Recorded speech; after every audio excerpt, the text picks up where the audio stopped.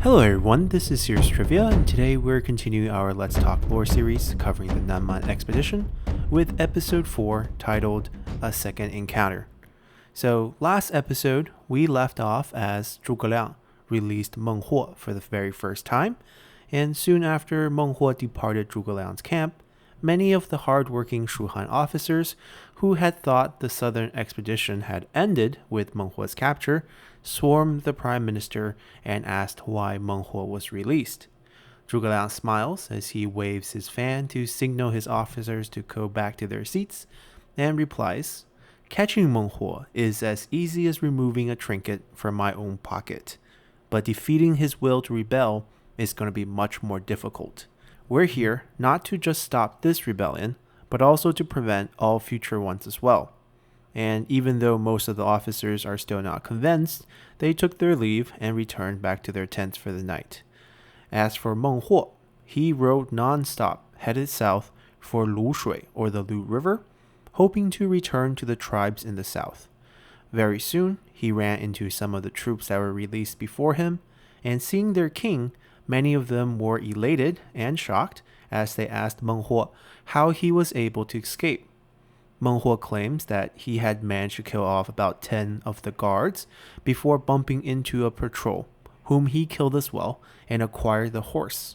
So Meng Huo was able to regroup some of his scattered forces as he made the crossing through the Lu River to join his tribes, where Dong Cha Na and A Huinan were there as well.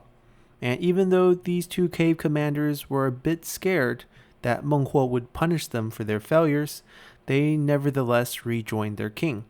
And in a meeting between these commanders, Meng Huo decided that the best course of action against the mighty Shu Han force is to outweight them, as they only had around 100,000 men left on the Nanman side, and their only advantage now is that their supply line is rather short compared to the Shu Han forces, and that the Lu River is a great natural barrier. So a plan was made to force all the ferries across the Lu River to dock on the south bank, and fortified positions were constructed along the south bank to defend against any crossing. And with this strategy, Meng Huo hoped to exhaust the Shu Han supply line and eventually force Zhuge Liang to turn back and retreat back to where he came from. And indeed, when Zhuge Liang's forces first arrived at the Lu River, not one suitable craft could be found on the north bank, and with no way to cross right away, Zhuge Liang was forced to make camp. And to make matters worse, it was in the middle of May, and the humidity and heat made it almost impossible for the men or the horses to wear their armor, and many in the army suffered heat stroke and other diseases. And to combat this, Zhuge Liang had Lu Kai picked out 4 suitable locations around the north bank with some tree coverage, and constructed 4 encampments, that is stationed by Wang Ping, Zhang Ni, Zhang Yi, and Guan Suo, where all the encampments had straw pavilions constructed to provide shade for the horses and men. And as those were being constructed, the chief strategist, Jiang Wan, approached Zhuge Liang and warned him that he is making the same grave mistake that Emperor Liu Bei had made against the Wu forces, and that one fire attack would devastate them. Zhuge Liang tells Jiang Wan to not worry about it, and that this was all part of the plan, and dismisses him. But even as these encampments finish with pavilions providing shade for the men, the situation did not improve much for Zhuge Liang, as they still had no means to cross the river. But thankfully, within a few days' time, Ma Dai arrives with 3,000 men carrying food, supplies, and most importantly, medicine for heat stroke. Now, Ma Dai is Ma Chao's younger cousin and a very skilled general in his own right. And delighted by his presence, Zhuge Liang pulls him aside as the medicine were being rushed to all 4 camps, and Zhuge Liang asks Ma Dai, "How many men did you bring with you?" Ma Dai answers he has 3,000 men with him on this resupply caravan, and Zhuge Liang asks, "As you can see here, my men are utterly exhausted, and no one's really in battle shape. Is there any way I can borrow you and your 3,000 fresh troops to help me cut off the enemy supply routes across the river, so that they can finally abandon their defensive positions along the south bank? Ma Dai answers, "My men, just like yours, are the emperor's, so there is no yours or mine. Prime Minister, please feel free to use them as you see fit." Hearing this, Zhuge Liang pulls out a map and shows Ma Dai a location 150 kilometers due east of where they are, and says, "Here is where the Lu River splits off. There is a sandbank there, and the current there is the calmest. You can take your force there and try to make a crossing. Once across, I already have spies embedded in the enemy force among the captives that were released earlier, and they have reported back saying that Dongchana and Anhuinan are willing to surrender. Work with them and cut off the enemy's supply line." Ma Dai wastes no time and marches his men to the crossing, where the river is indeed relatively calmer and shallow, with the deepest part only being waist high. So he commands his men to take off their armor, to wade through the river with their equipments over their head so they don't get wet. But just as the group made it halfway through the river, the people in the front started to feel nauseous and sick, and when they were finally dragged back to land, blood spilled out from their mouth and nose before they died a painful death. Seeing this shocking sight, where over half of his men were either sick or dead, Ma Dai quickly ordered all his men to encamp on the north bank, as he rode back with a small group to Zhuge Liang's camp to report this issue.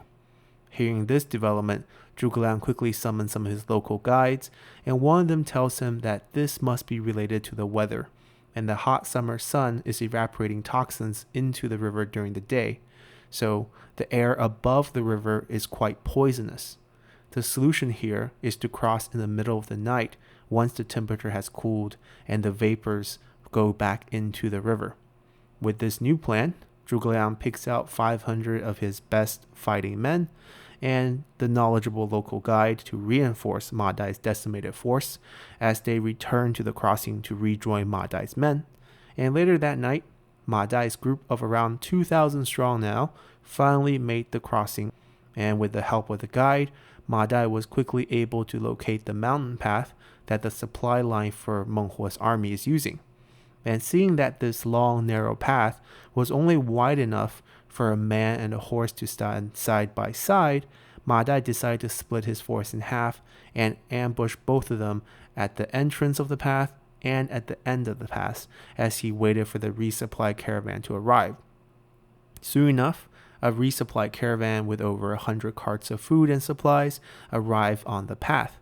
Ma Dai patiently wait for most of the caravan to enter the path before springing the ambush on both ends that traps the enemy force in a narrow corridor where they're pretty much forced to surrender without putting up much of a fight. But the commotion here did set off some of the guards, and news of the attack on their south bank quickly trickled to the cave Meng Huo was in, and Meng Huo at this time was drunk.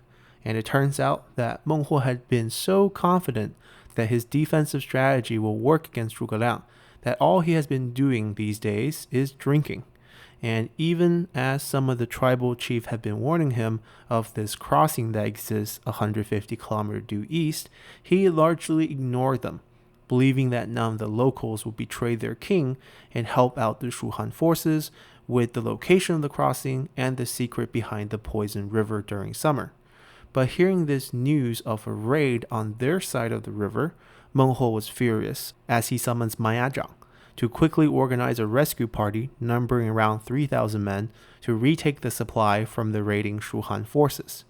But by the time Mayazhang was able to muster up a force and arrive on scene, Ma Dai had already finished up with the raid and his men were already all lined up for battle. Seeing Mayazhang as the commander, Ma Dai charged out for a duel.